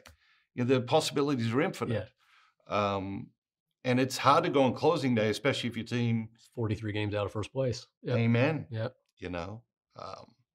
So the closing, the finishing well is a very powerful insight you've had there. What message would you have for parents whose children have fallen away from the church, don't go to church anymore, don't see it as relevant? The same words that Jesus had for the disciples in the boat, the same words that Pope John Paul II reminded us: be not afraid. Don't despair. Do not despair. So I think the 3 words that I would have wouldn't be not afraid. Those would be the intro. The 3 words would be love, pray, invite. Embody love to those kids whose spiritual life you're still worried about. Don't embody finger wagging. Don't embody judgment. Don't embody love. Pray for them in a deep, personal way. And when the right moments come, either with a book or with a special musical at your parish or with a retreat that you're doing, say, hey, I really like this book. I found it helpful. I thought you might too. Here's your copy. I'm going on this retreat. I'm excited about it. Any chance you'd like to come? I think it's going to be fascinating. Little non-threatening invitation. So love, pray, and invite. Love it. Last 3 questions. All right. If you could host a dinner party, you can invite anybody from history. As many as you want. Who would you invite to your dinner party? As many as I want. Yeah. Oh, wow. It doesn't have to be one.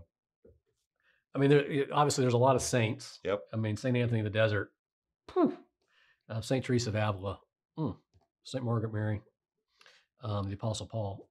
These are all people who can't accept party invitations.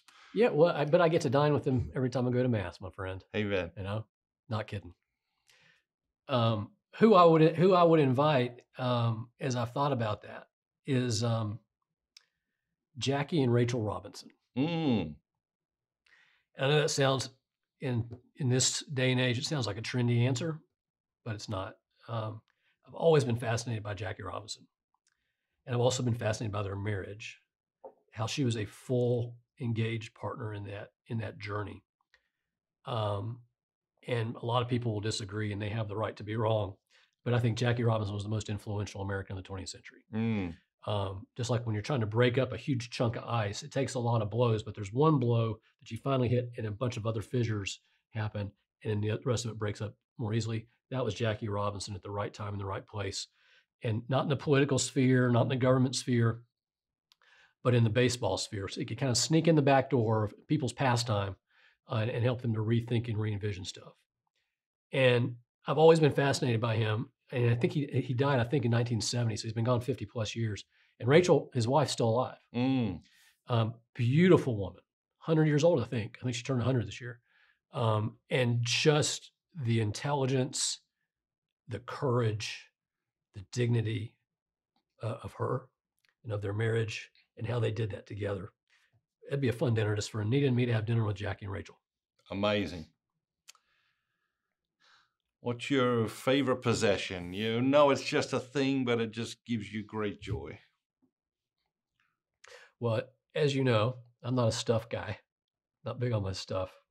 But I have a friend who loves me a lot, and he knows that I like novels. And he knows that I'm from the mountains of Western North Carolina. And a few years ago, he gave me a copy of my favorite novel, which is Look Homeward Angel by Thomas Wolfe. And he gave me an original version. Now, it wasn't signed by Thomas Wolfe because Thomas has been dead a long time, but it's an original edition of Look Homeward Angel, which is just a magnificent novel that once you wade through the first 400 or 600 pages and you get to the last 25 pages, the most brilliant last 25 pages of any book ever written. And he gave me that, and it sits squarely on the shelf in my office where I can see it every day. And I really dig that book. I like books, man. Me too. They're hard to write. Did I mention that? You did mention that, and I can resonate with that. Getting harder, actually. Yeah. We don't talk enough about heaven, I don't think. When you think of life after death, the afterlife, heaven, what do you reflect upon? That we part of the reason we don't talk about it because we don't really get it, and we have to acknowledge that. I mean, we're talking about something that it's beyond our grasp. Part of the reason why I go to the Transfiguration, because it gives you just that little bit of that earthly sense of when the two worlds come together. But I think it goes back to what you were asking me earlier about how does God amaze me? And I think it's the idea of God's immense love and thinking about heaven as an ocean of love. And it's so incomprehensible to us, but to think about being absorbed, and this is what we were made for. It's not just sort of the next place. This is our destiny. This is what we were made for. We weren't made for this. These are the stepping stones to that. And so that's the fulfillment, the completion, the perfection of our lives, of creation, and to be in pure, unadulterated, unconditional, unwavering, eternal love, to be in that. Even though we can't comprehend it, there's something deep inside of us that goes, wow, I think that is what I'm made for. There's a truth inside of us that goes, and so you go to funerals and you hear about, I went to one the other day, this guy was a trucker, and he said he was an asphalt cowboy, and now he's trucking down the streets of gold in heaven. Another one I went to, grandma was a great Italian cook, and now she's making meatballs for Jesus. Like, well, think there's more to it than that. Yeah. I mean, I get that, but that we're leaving all this behind for what we're really made for. As great as those things were, as great as a trucker as he was, and as great as a cook as she was, we're going for what we're really, really made for. And it is incomprehensible. So we try to put other words around it, and we can't do it justice. But again, it goes back to that Sacred Heart of Jesus for me, that prodigal son, and that God is love. And as my confessor told me one time, Alan, you really have no idea how much God loves you. Mm. And he's right. I don't, and I'm afraid we don't, but I know I don't. Fantastic conversation. It's good stuff, man. Thank you so much for being with us. It's a sacred privilege, so thank you for having me.